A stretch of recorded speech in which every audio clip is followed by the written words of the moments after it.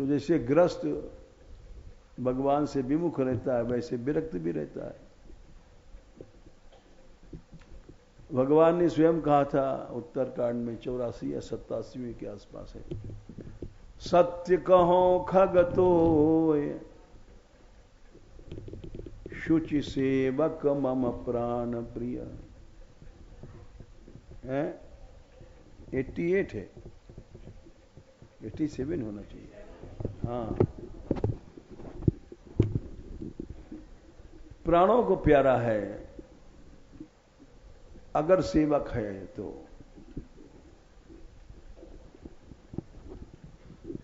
शुचि सेवक का लक्षण क्या है? लाल कपड़ा, पीला कपड़ा, जटा मुंडी, ये सब नहीं है। सत्य कहूं खगतोय शुचि सेवक मम प्राण प्रिय परिहरि सकल भरोस।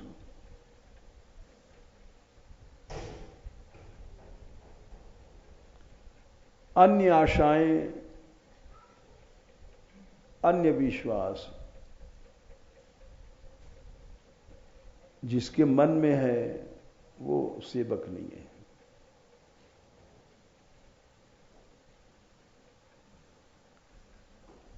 व्यवहार जहां पर मनुष्य करता है वहां पर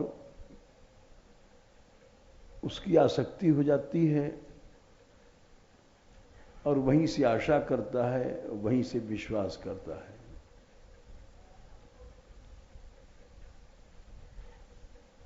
जैसे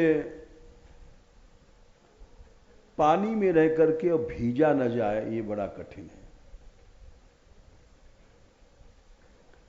जैसे गृहस्थ में रह करके मनुष्य अपनी स्त्री, अपने पुत्र पुत्री आदि से आशा भी करता है, विश्वास भी करता है, मानव स्वभाव है। जहां रहता है जिस वातावरण, उसी तरह से साधु उसके शिष्य शिष्याएं उनमें रहता है तो उनसे आशा भी करता है, उनसे विश्वास भी करता है। लेकिन वहां रह करके ऐसे रहना चाहिए, भगवान ने कहा कि जैसे कमल का पत्ता पानी में रह करके पानी से अलग रहता है। 5वें अध्याय में भगवान ने कहा इस संसार में गृहस्थ हो चाहे विरक्त हो ऐसे रहो। 5/10 ब्रह्मण्याधाय कर्माणि संगम त्यक्त्वा करोति यः।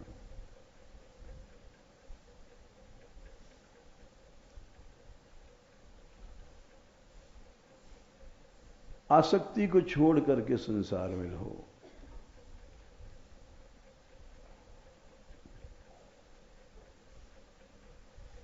और बस उसके बाद कोई कर्म तुमको नहीं बांधेगा। न लिप्यते स पापे न पद्म पत्र मिवाम्बसा।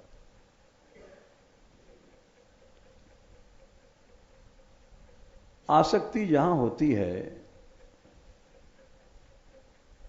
वहां कर्मों का बंधन होता है।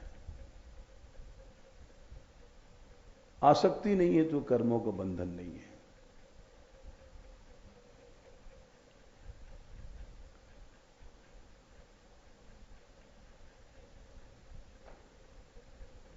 दो बच्चियां आई हैं, इनके लिए पुस्तक कॉपी कलम सब मांग ला ऊपर से।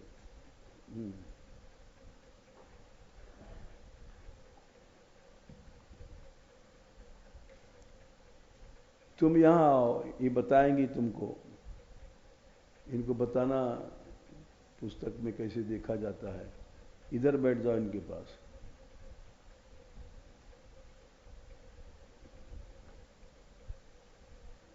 इधर अध्ययन किया जाता है। यहां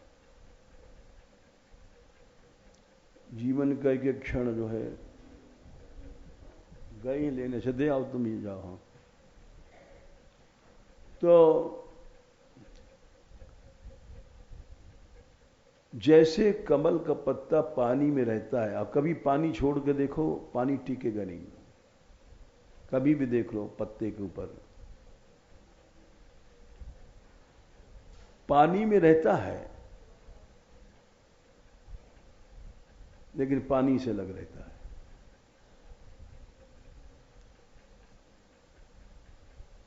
ठीक ऐसा ही बनना चाहिए, बनना पड़ेगा। इसके बिना भगवान की शरणागति नहीं आ सकती। कोई आदमी बचत निकाले अपनी तो उससे लाभ नहीं, आत्मवंचना है, धोखा है। जड़ भरत जी की कथा पंचम स्कंद में इसीलिए रखी गई है। जिनके त्याग की इतनी प्रशंसा की, इनके पास इतनी सुंदरियां थीं कि देवता भी तरसते थे। इतना 1 करोड़ वर्ष तक लिखा है राज्य किया और उसको छोड़ दिया। इतना बड़ा त्याग। 5वें स्कंद में देख सकते हो उनके त्याग की प्रशंसा 14वें अध्याय में।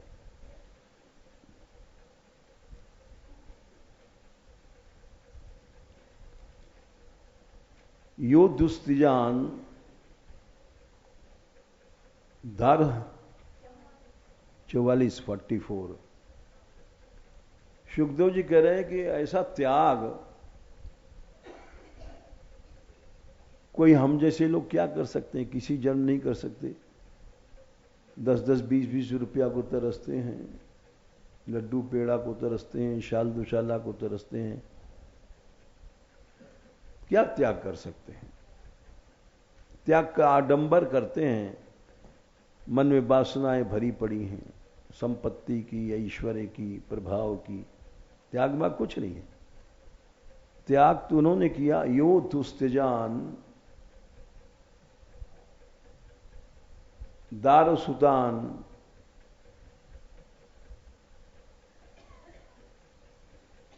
सुहृद राज्यम हृदय स्पृश।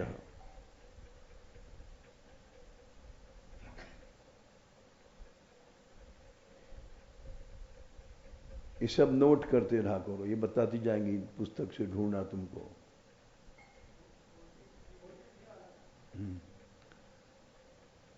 5-14 निकाल के दे दो। 43 त्याग क्या है? 5-14-43 एक बड़ा, हाँ, यो दुस्त्यजान, दुस्त्यज है ऐसा त्याग, कठिन है। ऐसी सी रानियां थी दारुसुदान हृदय स्पृश, जो हृदय को खींच ले दूर से ही। ऐसी रानियां थीं, मनुष्यों क्या देवताओं तक को भी खींच लें। पुत्र पुत्री ऐसे थे जो नम्र विनम्र, ऐसे नहीं आजकल के लड़के। ऐसे सुशील रानियां और पुत्रों को, राज्य को। यो दुस्तजान दारुसुतान सुहृद राज्यम हृदय स्पृश।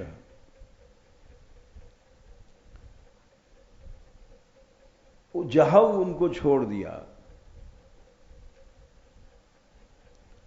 कब छोड़ा? युवा जवानी में छोड़ा। ये नहीं कि बूढ़े राम हो गए तो।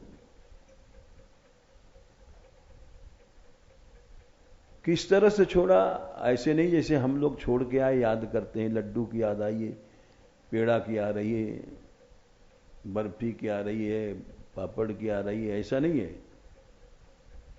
मलबद, मल कहते हैं मलमूत्र टट्टी को। समझो, खोल करके बात समझनी चाहिए। घृणा विणा की बात नहीं है। मल का उदाहरण क्यों दिया? खेत में जाते हैं हम लोग शौच करने, या कहीं लैट्रिन में जाते हैं, किसी ने पीछे से सोचा है कि मल का क्या हुआ जो तुम छोड़ के आए थे? कभी नहीं सोचता है कि जो हम मल टट्टी छोड़ के आए उसका क्या हुआ। उसकी स्मृति भी नहीं करता है। इसको कहते हैं त्याग। हम जो छोड़ के आए हैं जिन भोगों को, उसकी स्मृति भी नहीं है, याद भी नहीं आनी चाहिए। अगर याद आती है तो त्याग नहीं है। ऐसा त्याग चाहिए। अब ये त्याग कोई त्याग थोड़ी सवेरे से हम लड्डू की याद कर रहे हैं, तो ये कोई क्या त्याग है? कुछ नहीं है। पैसे की याद कर रहे हैं, क्या त्याग है? कुछ नहीं है। स्मरण कहां है हमारा? जब तक हमारी स्मृति में ये सब चीजें हैं, त्याग नहीं है।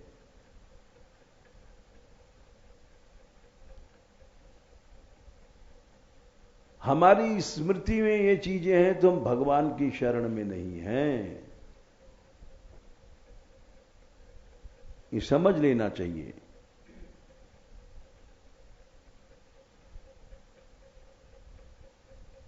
हम याद कर रहे हैं लड्डू की, तो हम भगवान की शरण में नहीं हैं। हम पेड़ा की याद कर रहे हैं सवेरे से, तो भगवान की शरण में नहीं है, पेड़ा की शरण है।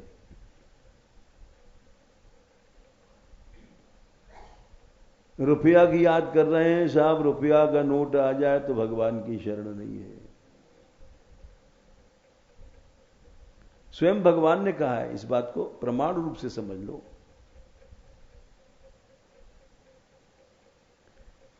कि जो जिसका स्मरण करता है उसी की शरणागति हो जाती है। तस्मात् सर्वेषु कालेषु माम अनुस्मर युद्ध च मयि अर्पित मनोबुद्धिर यो मद भक्ता समप्रिय। 8वां अध्याय 7वां श्लोक गीता।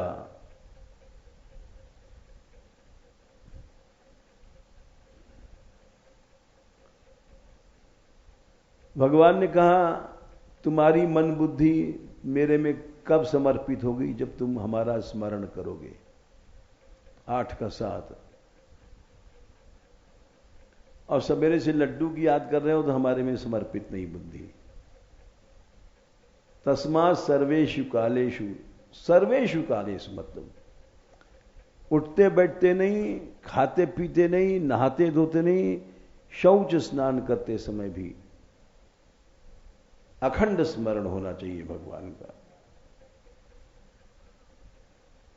तस्मात् सर्वेषु कालेषु, जब तब मयि अर्पित मनोबुद्धि, तब तुम्हारी मन बुद्धि मेरे में अर्पित मानी जाएगी, अन्यथा नहीं। मयि अर्पित मनोबुद्धि कब होगी? जब तुम हर समय उन्हीं की याद में रहोगे। यहां तक कि भगवान ने कहा युद्ध में भी सबसे खतरनाक काम है, वहां निशाना चूक जाए मर जाएंगे।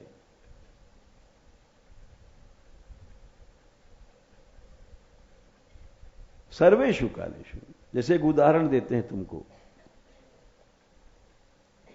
उदाहरण से बात समझ में आती है। चैतन्य महाप्रभु थे, अखंड नाम स्मरण उनकी जीव चलती रहती थी,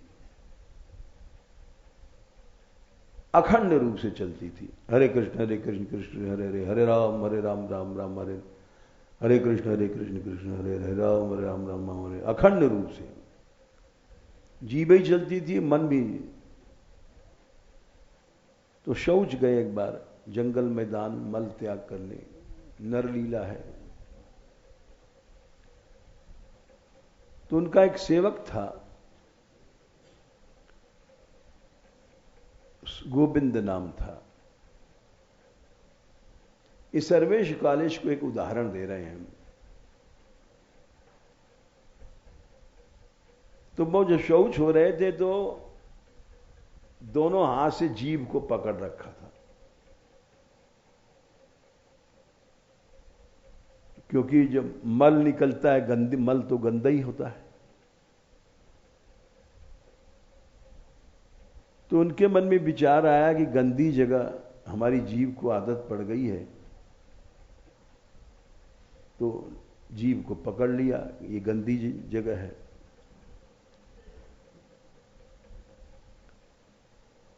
तो जो उनका सेवक था गोविंद, उसने कहा ये क्या हो रहा है, ये शौच होते समय मुंह में हाथ देकर ऐसा ही कि कौन सी समझ में नहीं आई क्रिया, मुंह में हाथ घुसाना शौच के समय। तो उसको क्या पता बेचारे को। वो जब आए वहां से शौच से तो उसने पूछा, प्रभु ये कौन सी मुद्रा थी, आप ऐसे शौच करते समय मुंह में हाथ घुसा रहे थे।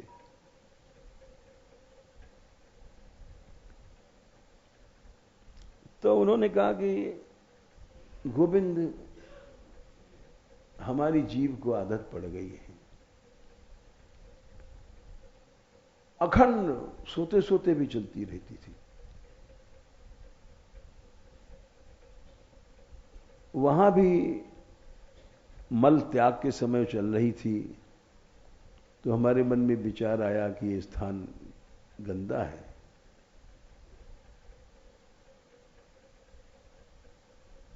तो उसने कहा कि प्रभु अगर उसी समय प्राण निकल जाए तो, और मौत का क्या पता,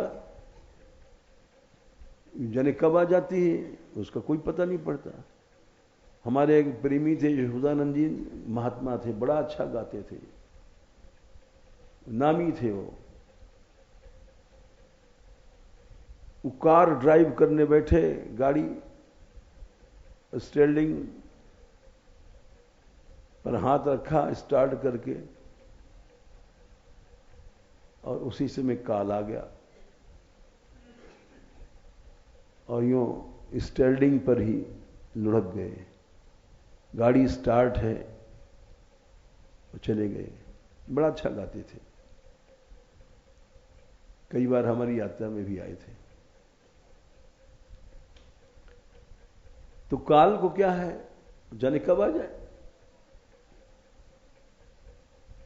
वो आएगा जो परवाना, वो आएगा जो परवाना, उसी दम सबको जाना है। ये नहीं कि भाई रुक जाओ 1 मिनट 1 सेकंड, नहीं, उसी समय 1 सेकंड की देर में नहीं जाओ। सुनो ए प्राण दुनिया में भला किसका ठिकाना है।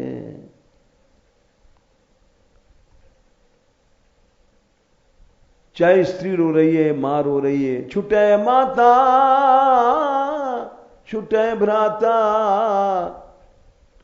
छूटे संग खेलने वा, सब छूट जाते हैं। तो गोविंद ने कहा कि अगर आपको उसी समय कहीं काल आ गया तो उन्होंने कहा तू मेरा गुरु है। महापुरुष लोग बड़े विनम्र होते हैं। आज से जीव नहीं पकड़ूंगा, भगवान नाम तो सदा शुद्ध है।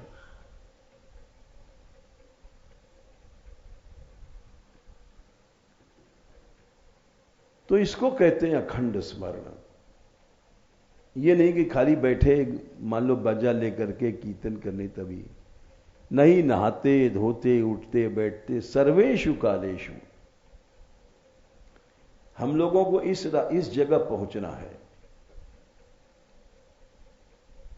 अखंड स्मरण। तब जाकर के भगवान में मन बुद्धि अर्पित मानी जाएगी। अभी तो हम सवेरे से लड्डू की याद कर रहे थे, तो भगवान में कहां बुद्धि अर्पित है। लड्डू और पेड़ा यही सब में अर्पित हो गई बुद्धि, इसलिए उसकी याद आई।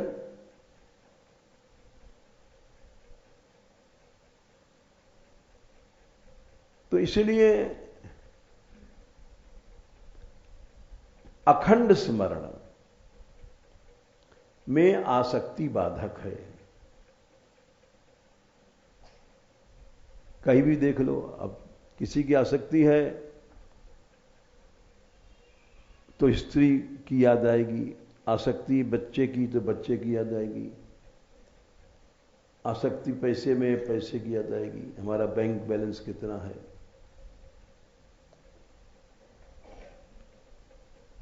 इसीलिए हमको कहीं भी आशा है, भरोसा है, उस सब मन को खत्म कर देता है।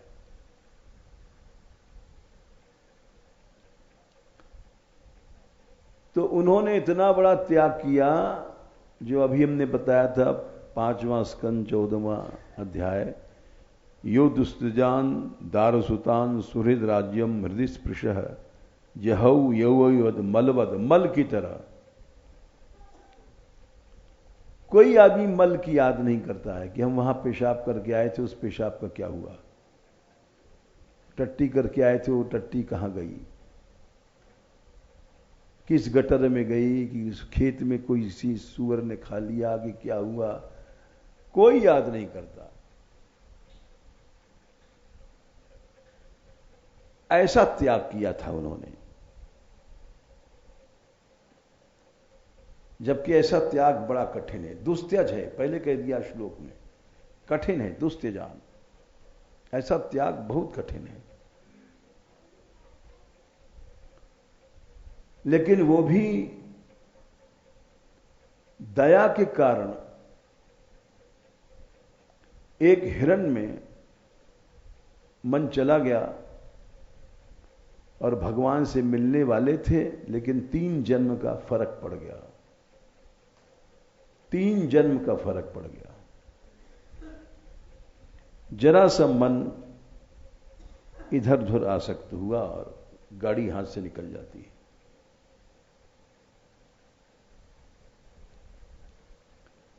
तीन जन्म कैसे, एक तो वो जन्म उसी में मिलने वाले थे, उनकी बड़ी ऊंची स्थिति प्रेम की थी, और प्रेम लक्षणा भक्ति का उदय हो रहा था। वहां से आसक्ति खींच लाई नीचे।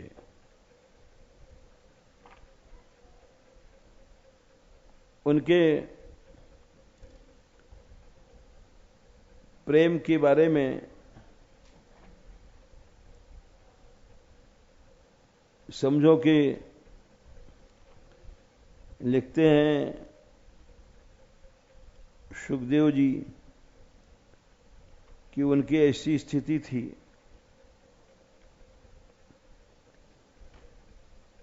जो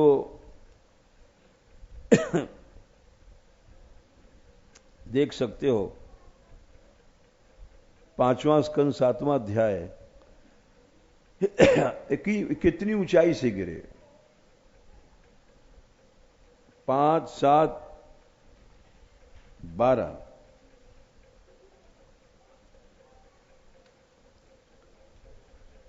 प्रेम में से बेहोश हो गए कि भगवान के पूजा की भी याद नहीं रहती थी।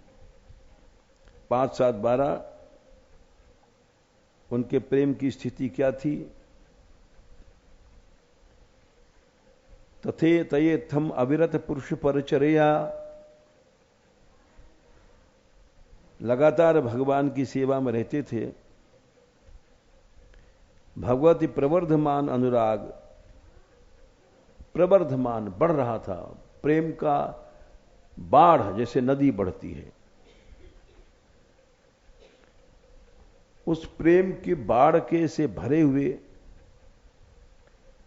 द्रुत हृदय मन हृदय पिघल गया और शिथिल हो गई सब वृत्तियां।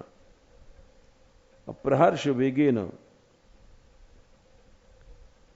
और भगवान के ध्यान के आनंद से, उसका वेग से आत्मन उद्भिद्यमान रोम पुलक, रोंगटे खड़े हो गए शरीर में, प्रेम शरीर में उतर आया। और उत्कंठा से कब प्रभु मिलोगे। प्रवृत्त प्रणय बाष्प निरुद्धावलोकनयन, आंसू इतने बढ़े कि दृष्टि दिखाई पड़ना बंद हो गया, इतने आंसू आए।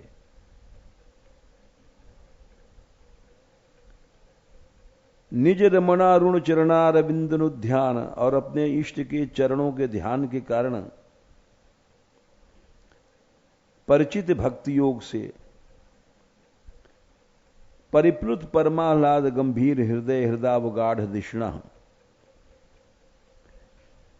उनका हृदय गंभीर प्रेम के सरोवर में बुद्धि डूब गई। क्रीमाणम भगवत स परयाम न सस्मार,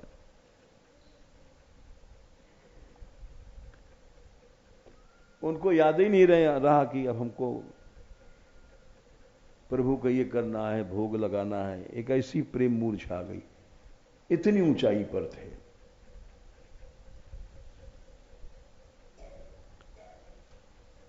ये आसक्ति बाधक है, ये हम तुमको बता रहे हैं कि इतनी ऊंचाई पर पहुंचने के बाद भी वो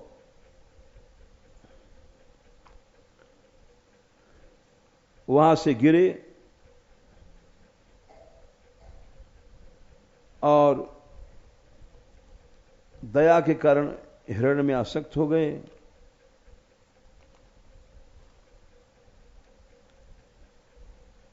और वो जन्म चला गया,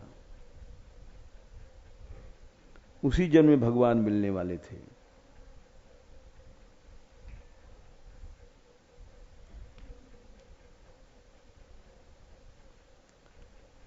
जिस समय उनका शरीर छूटा था 5/8/27,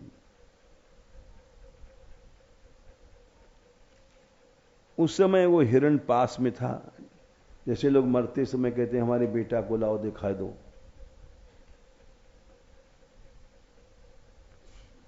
सत्ताईस में तदानीम अपनी पार्श्ववर्तिनम आत्मजम इव, अपने बेटा की तरह जैसे गृहस्थी लोग होते हैं, अनुशोचंतम अवीक्षमाणो मृग में मन रहा और मर करके मृगेण कलेवरम मृतम अनु, हिरण बन गए।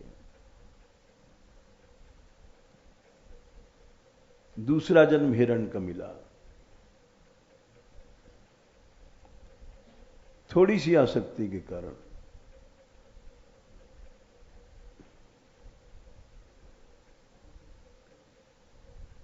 और लेकिन भजन बेकार नहीं जाता। हिरण बनने के बाद भी उनको ध्यान था और अखंड भगवान का स्मरण करते रहते थे।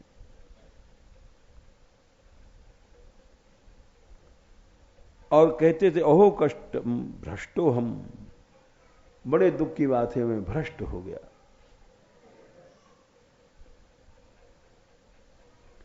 आत्मत्वाम अनुपथात 29वां 5/8/29, संयमशील महापुरुषों के मार्ग से मैं गिर गया। विमुक्त समस्त संगस्य, मतलब मैंने कितना छोड़ा, राज्य स्त्री पुत्र सब छोड़ के जंगल गया था। विमुक्त समस्त, समस्त माने स्त्री पुत्र राज सब मैंने छोड़ा। इतना बड़ा त्याग कौन कर सकता है। और सब कुछ छोड़ने के बाद विविक्त पुण्यारण्य शरणम, एकांत जंगल में जहां कोई नहीं वहां रहता था।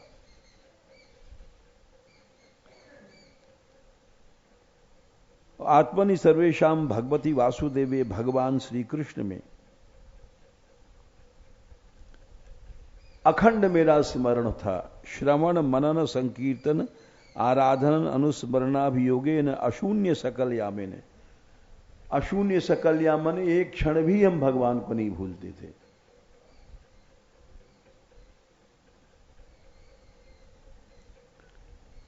देखो इतनी ऊंचाई से आदमी गिर जाता है। फिर हम जैसे तो अभी कुत्ता बिल्ली की तरह हैं।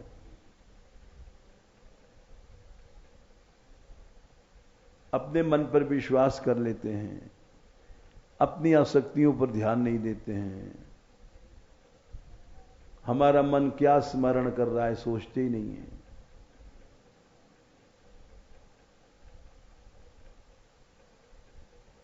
तो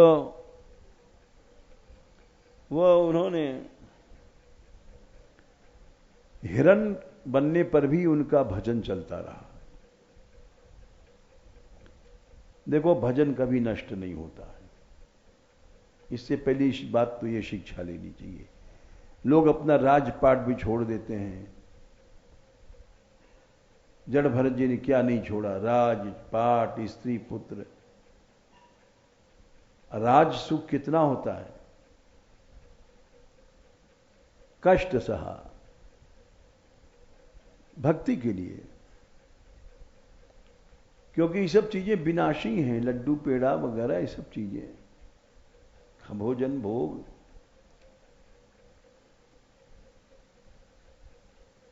सब कुछ छोड़ने के बाद भी दया के कारण फंस गए और वहां हिरण बनते समय पछताते रहे कि हम भगवान से मिलने वाले थे, लेकिन जरा सी आसक्ति ने हमको गिरा दिया।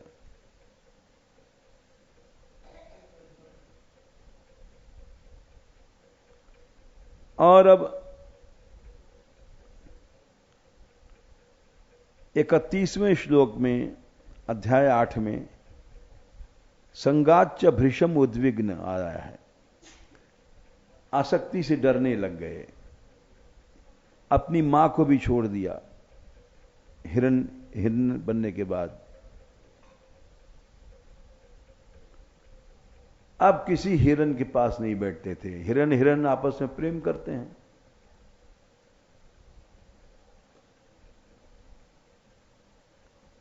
और या प्रतीक्षा करने लगे कब मौत आएगी। आखिर में उन्होंने गंडकी के जल में, आधा शरीर पानी में आधा ऊपर, भगवान का स्मरण करते हुए शरीर छोड़ दिया। तीर्थोदक क्लिन्नम उससर्ज।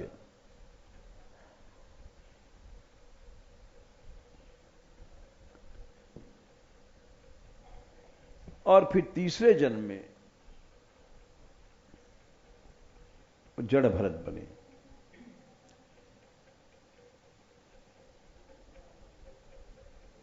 तो वो तीसरे जन्म में सिद्ध बने, क्योंकि बचपन से वो आसक्ति नहीं रखते थे।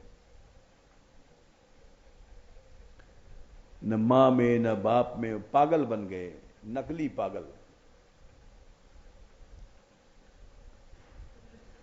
बहुत मां बाप ने पढ़ाया, वो पढ़ते ही नहीं थे।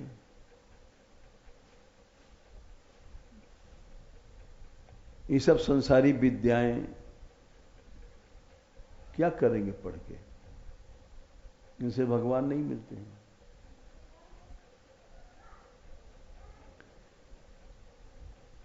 इसीलिए उनका नाम जड़ भरत पड़ा, जड़ की तरह थे।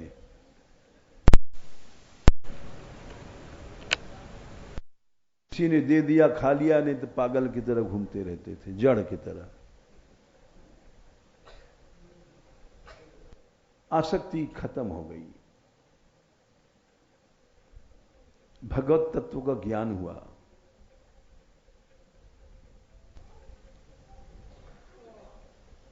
तो मनुष्य की जहां आसक्ति होती वहीं आशा करता है, वहीं भरोसा करता है। कोई जड़ भरत जी की बात नहीं है, सैकड़ों उदाहरण हैं, 1 2 4 नहीं। उदाहरण देने लग जाएं तो कहो महीनों तक उदाहरण चलता रहे। गुरु हो शिष्य हो, एक गुरु को छोटा सा उदाहरण दे देते हैं।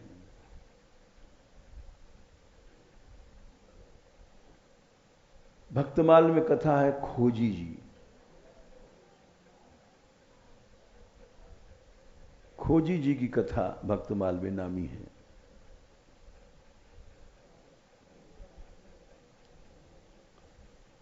उनका नाम खोजी क्यों पड़ा था यह भी बता दें। बड़ी एक ज्ञानमयी बात है, वार्ता है कि जो सच्चा आदमी होता है वो नहाते धोते हर क्रिया में परमार्थ की सोचता है।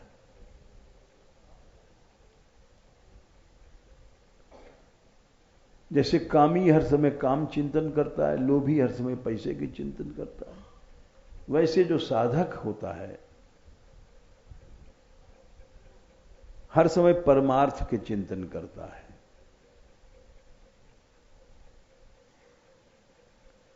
जैसे खोजी जी के गुरु जी थे, लघु शंका कर रहे थे, पेशाब कर रहे थे समझो। अब छोटी सी क्रिया है, सभी लोग मलमूत्र त्याग करते हैं,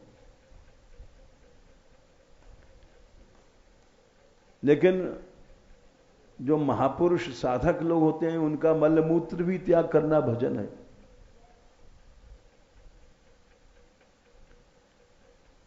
क्योंकि उस समय भी उनकी वृत्ति वहीं रहती है।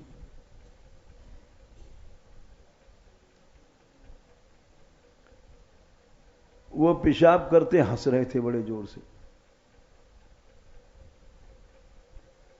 तो शिष्य ने, खोजी जी ने देखा गुरु जी हंस रहे हैं, इस समय तो हंसने का कोई प्रसंग भी नहीं है।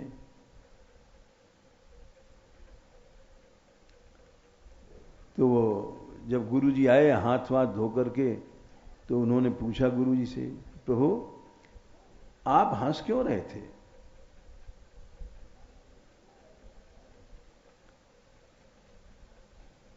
और श्रद्धा वाले थे, वो जानते थे कि गुरु जी ऐसे तो नहीं हंस रहे थे, कोई गंभीर बात होगी।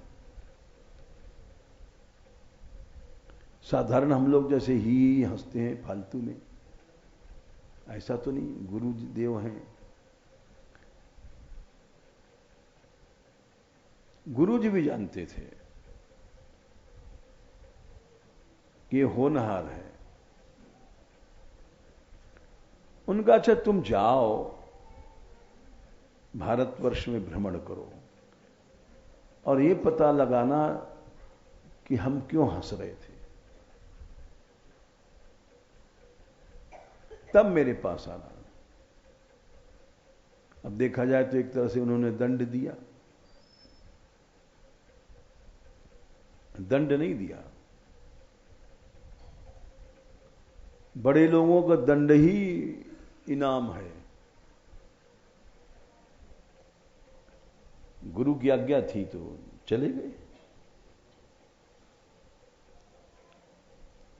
और इस बहाने उनको अनेक महापुरुषों के दर्शन सत्संग, हर तीर्थ में जाते थे और नामी महात्मा कौन है पूछते थे तो लोग बता देते यहां पर वो महात्मा नामी है। तो वहां जाकर के प्रणाम करते थे और पहला प्रश्न ही करते थे, प्रश्न है महाराज, क्या प्रश्न है? बोले हमारे गुरु जी लोग शंका कर रहे थे, हंस रहे थे, क्यों हंस रहे थे? तो सब लोग भगा देते, भग, अरे कोई प्रश्न है? जीव क्या है, माया क्या है, भगवान क्या है, शरणागति क्या है, सब प्रश्न होता है। ये भी कोई प्रश्न है कि पेशाब कर रहे हैं क्यों हंस रहे हैं? भग जाओ। सब भगा देते थे। लेकिन वो पूरी श्रद्धा के, लगन के पक्के थे। वो अपना उन्होंने छोड़ा नहीं नियम। पहुंच गए काशी में, वहां भी पूछा लोगों ने, किसी ने कहा कबीर दास हैं सिद्ध। पहुंच गए कबीर के पास, कबीर को प्रणाम किया। बोले कैसे भाई आए? बोले हमारा एक प्रश्न है महाराज, सब लोग भगा देते हैं, क्या करें, लेकिन हमारा हर प्रश्न उत्तर कोई नहीं देता है। सब लोग भगा देते हैं। बोले हाँ, प्रश्न सुनते मान भगा देते हैं हमको लोग। क्या प्रश्न है तेरा? बोले हमारे गुरुजी लोग शंका कर रहे थे, हंस रहे थे। तो क्यों हंस रहे थे? तो कबीरदास जी हंस गए, समझ गए वो सच्चा साधक है, श्रद्धालु है, अपने गुरु में श्रद्धा करने वाला है। बोले अच्छा बेटा, तुम्हारा प्रश्न बड़ा सही है और तुम बहुत अच्छे हो। जाओ गुरुजी से कह देना। गुरुजी इसलिए हंस रहे थे कि जब पेशाब कर रहे थे तो बड़ के पेड़ के नीचे एक बड़ का बीज बहुत छोटा सा होता है। अचंभे की बात यह है कि पेड़ तो कितना बड़ा होता है, बीज बहुत छोटा होता है, बहुत छोटा है, सरसों का भी दाना बड़ा होगा। तो पेशाब के पानी में बड़ का जो बीज था वो चक्कर लगा रहा था। वो पानी जो है उसमें बार बार ऊपर नीचे चक्कर लगा रहा था बीज। तो हंस रहे थे। इसलिए यही जीव की दशा है। वो पेशाब क्या है? भोग। मनुष्य पुरुष स्त्री का पेशाब पीता है, स्त्री पुरुष को पेशाब पीती है। इसी को भोग कहा गया है। इंद्रियों से ग्रहण करना आहार है। अरे मुंह से नहीं ग्रहण करता है आदमी, शिश्न से ग्रहण करता है। जैसे नेत्र से हम रूप खाते हैं, वैसे शिश्न से पेशाब पीते हैं।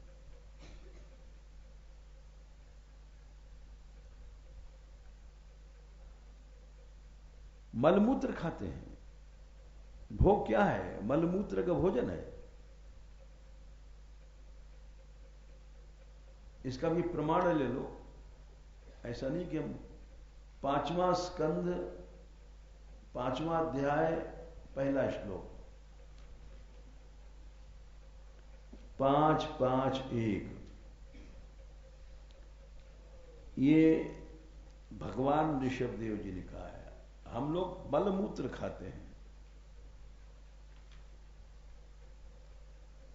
नायम देहो देह भाजाम नृलोके, 1 श्लोक है ना। काष्टान कामान अरहते विट भुजाम। ये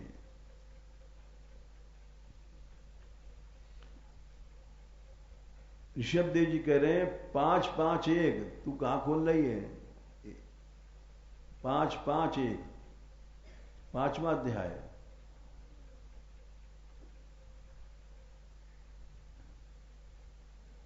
पहला श्लोक। विडभुजाम, विडभुज माने टट्टी खाने वाला। मलमूत्र खाने के लिए शरीर नहीं मिला है, मनुष्य शरीर। ये ऋषभदेव जी ने शिक्षा दिया। विडभुज, विड माने टट्टी, भुज माने खाने वाला।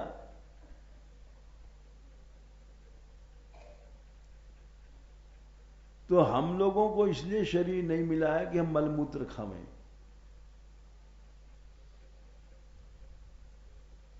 ए तन कर फल विषय न भाई। भगवान राम ने कहा है कि मनुष्य शरीर का ये नहीं है कि हम विषय भोगे, मलमूत्र खावें। एक तन कर फल विषय न भाई। भगवान राम ने उपदेश दिया था अपनी प्रजा को, उत्तरकांड में 46वें 45वें आसपास। विषय नहीं है इस शरीर का फल। जैसे यहां पर भगवान ऋषभदेव जी कह रहे हैं कि बिटभुज हमारे बेटाओं, तुम लोग मलमूत्र खाने वाले मत बनो, त्यागी बनो।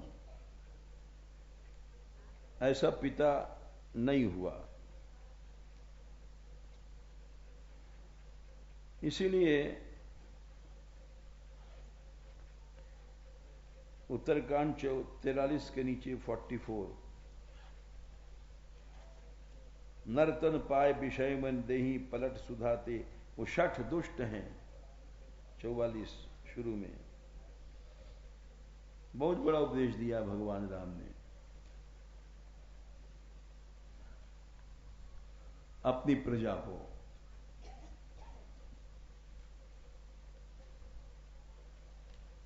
ये मनुष्य शरीर विषय के लिए नहीं मिला है।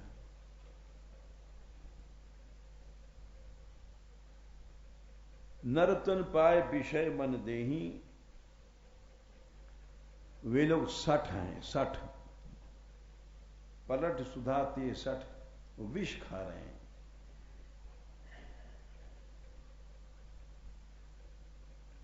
ताई कबों भल कहाए ने कोई गुंजा गराए, इसीलिए 84 लाख योनि में घूम रहा है। हर जगह जाता है, पेशाब पीता है। कुत्ता बनेगा तो कुतिया के पास, गधा बनेगा तो गधी के पास, मच्छर बनेगा तो मच्छरी के पास, मक्खी बनेगा तो मक्खी के पास। 84 लाख योनि में यही करता घूम रहा है।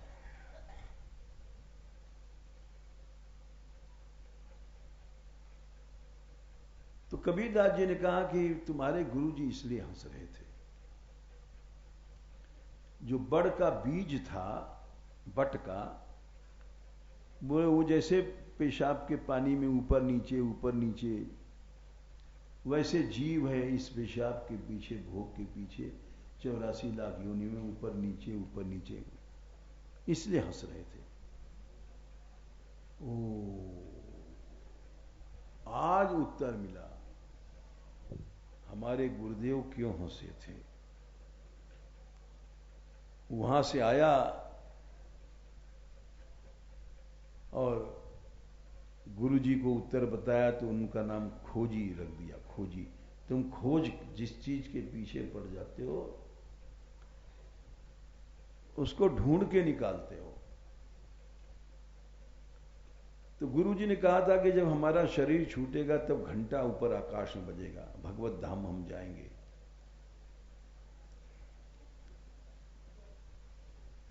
लेकिन उनके गुरु भाई लोग चिढ़ते थे। ये सब जगह लीला चलती है, राग द्वेष बड़ा कठिन है। उनका शरीर छूटा तो घंटा वंटा नहीं बजा। तो और गुरु भाई तो बोले चलो इनका संस्कार करो, दाह संस्कार। बोले नहीं, अभी दाह नहीं होगा। बोले क्यों? बोले घंटा नहीं बजा। बोले तो क्या दाह ही नहीं होगा? बोले हां, गुरु की आज्ञा है, हमें विश्वास है कि हमारे गुरुदेव अवश्य भगवत धाम जाएंगे। और उन्होंने कहा था घंटा नहीं बजा तो कोई कारण है, अभी रुक जाओ। अब वो भगवान की लीला, वो अपने शिष्य की योग्यता को प्रकट करना चाहते हैं। वो वहीं लेट गया गुरु जी के पास कि देखिए इनका मन कहां गया। ऊपर एक बेरिया का पेड़ था, उसमें पके पके बैर लगे थे। तो सोचने लग गया कि कहीं गुरु जी अंतिम समय में इस बेर पे तो नहीं इनका मन चला गया। जरूर चला गया है, मरते समय की पका हुआ बेर है। तो वो क्योंकि लेट करके देखा, उनकी वही दृष्टि थी ऊपर, ठीक जो पेड़ में बेर लगा था। तो बेर के पेड़ पर चढ़ा, उस बेर को तोड़ा तो उसमें एक तुरंत पैदा हुआ था कीड़ा छोटा सा। बोले यही मालूम पड़ता है गुरु जी आए हैं। तो उस कीड़े को मार दिया तो वो घंटा बजने लग गया आकाश में। क्योंकि अंतिम समय में उनका मन बेर में गया था, खाने के लिए नहीं गया था। भक्तमाल की कथा ऐसी है कि हम जैसे मूर्ख लोग समझ नहीं सकते। वो ऐसी वस्तु चीज भगवान को भोग लगा हुआ है।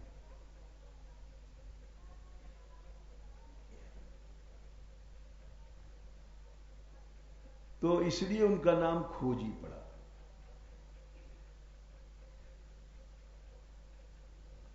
तो अन्य आसक्ति कहीं भी है, वो जीव को भगवान से अलग करेगी।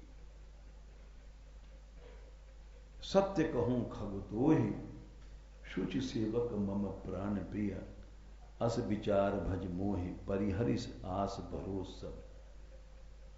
अच्छा, हमने भी देखा है जो लोग, चाहे वो पुरुष थे चाहे लड़कियां थी, बहुत से पुरुष थे वो घर से संबंध रखते थे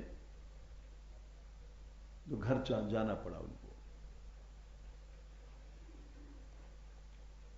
यहां तक कि जब कई कई साल तक यहां रहे और अंत में जाना पड़ा कि इस समय घर में बड़ी मुसीबत है, मां का कोई सेवा करने वाला नहीं, बाप का नहीं, फलाना ठिकाना, जाना पड़ा। जो लड़कियां घर से संबंध रखती थी वो चली गई। जरा सा अपमान हुआ, जरा सा कोई कष्ट मिला, झट भाग पड़ी घर को, बेरा खत्म। इसी तरह से बहुत से संत यहां रहे और बड़ा अच्छे ढंग से साधना करते थे, लेकिन कोई आपत्ति आई, कुछ आया, भाग गए, जाना पड़ा। तो आसक्ति एक ऐसी चीज है जो अवश्य भगवान से अलग कर देती है। इसलिए परिहरि सकल आस भरोस, सभी आशाएं भरोसा जब छोड़ देता है तब शरणागति शुरू होती है। हम लोग आसक्तियों को पकड़े रहते हैं, इसलिए न तो शरणागति आती है न कोई चमत्कार आता है जीवन में। वही मर के बेर के पेड़ में बेर के कीड़ा ही बनने की हालत हो रही है। तो आश्रय इसलिए सिद्ध नहीं होता है। चलो।